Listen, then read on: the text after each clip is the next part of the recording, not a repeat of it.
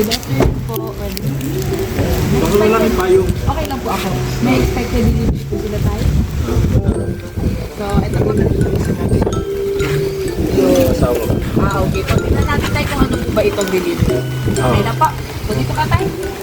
Bubuksan ko lang po. Ay, Sige po. Okay lang po. Surprise!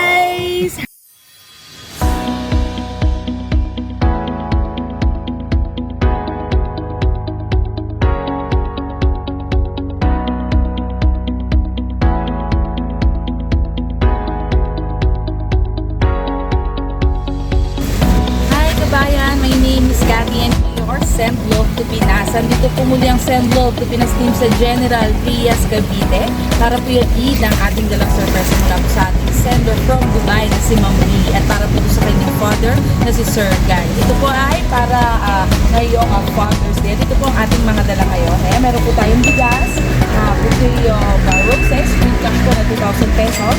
At may groceries po tayo, red ribbon cake. At meron po tayong orange balloon. And of course, ang ating pong message of love. At nandito na rin po mismo ang Send Love to Pinas team sa SS3, New Lancaster City, Barangay Navarro, General Trias, Cavite. Kaya tara po, samahan nyo kami muli mag-spread. Good afternoon po. baka wala rin payong. Okay lang po ako. May expected delivery po sila tayo. So, ito po delivery sa natin. Yung asawa. Okay po. Tignan natin tayo kung ano po ba itong delivery. Okay na po. So, dito ka tayo. Bubuksan ko lang po. Ay, Sige po. Okay lang po. Surprise! Happy Father's Day po, Sir Gary. Ako po si Cathy. Kami po ay from Send Love to Pinas. Pinapadala po ng ating mga mahal na OFW para po i-surprise yung kanilang mga mahal sa buhay. Kanino ko ito galing tayo? Kung ano po? isa na lang yun ako hindi nakapagdala si Jeremy.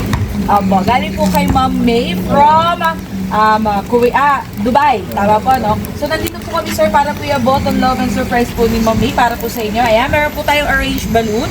Dito ka tayo. Ayan. Meron po tayong groceries. Yung iba po ay nasa loob. Kasi ang dami po May red ribbon cake po. And of course, meron po kayong bouquet of roses with cash po na 2,000 pesos.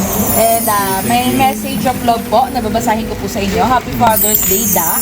Maraming salamat sa lahat ng iyong sakripisyo, pag-aaruga at pagmamahal na hindi kailanman nagkulang.